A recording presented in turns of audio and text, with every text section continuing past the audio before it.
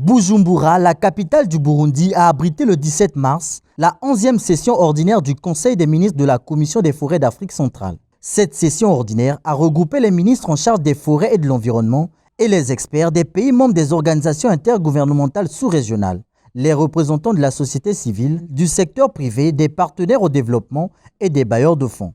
La République du Congo a été représentée par Rosalie Matondo, ministre en charge de l'économie forestière. Les pays membres ont planché sur les performances de la Comifac en examinant quelques questions prioritaires sur la vie de l'institution. La 11e session a servi de pont pour acter la passation de la présidence en exercice du Conseil des ministres entre le Burundi et le Cameroun. L'engagement des pays du bassin du Congo, les pays d'Afrique centrale, c'est un engagement commun. Nous, à travers notre outil, notre organisation qui est la Comifac, nous avons décidé depuis 1999 à veiller à ce que nos politiques aillent dans le même sens. Nous avons veillé à ce que nous ayons une voie commune dans les négociations.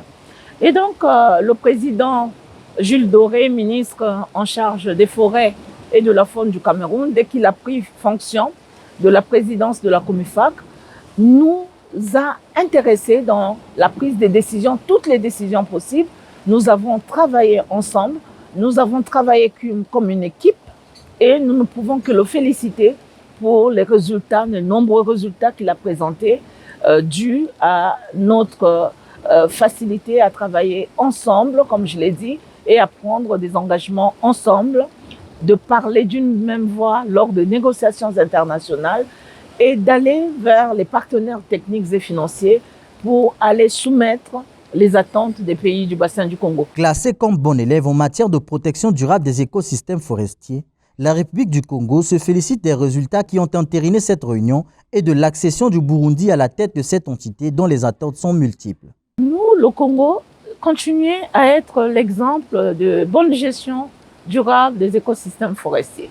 Le Congo, vous le savez, avec ses 23,5 millions d'hectares de forêts, constitue 10% des forêts des pays du bassin du Congo. Donc pour nous, nous avons entrepris depuis les années 2000 l'aménagement forestier. Plus de 58%, 60% des forêts de production sont aménagées. Nous voulons finir avec cet engagement en 2025 afin que toutes les forêts aménagées, toutes les forêts de production soient aménagées. Nous avons attendu longtemps qu'ils prennent la présidence. Aujourd'hui, ce qui est fait, quelles sont les attentes? C'est le calendrier de la Comifac. D'abord, organiser le sommet des chefs d'État, s'approprier les nouvelles initiatives prises par nos chefs d'État liées à la conférence des 3 bassins forestiers, la décennie mondiale de la forestation. Vous avez écouté le discours de M. le Premier ministre, comment le Burundi est engagé dans la forestation et le reboisement. Nous voulons également que les financements parviennent à nos pays. Ça, c'est un plaidoyer que le nouveau président doit faire. Et nous voulons un renforcement des capacités de nos experts dans la sous-région.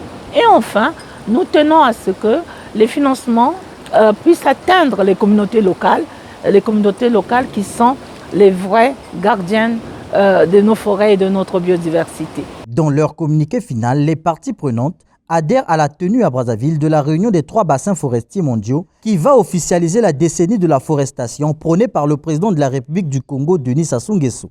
La 11e réunion de la Comifac s'est déroulée en 2 segments, notamment le segment des experts du 14 au 17 et le segment ministériel le 17 mars 2023.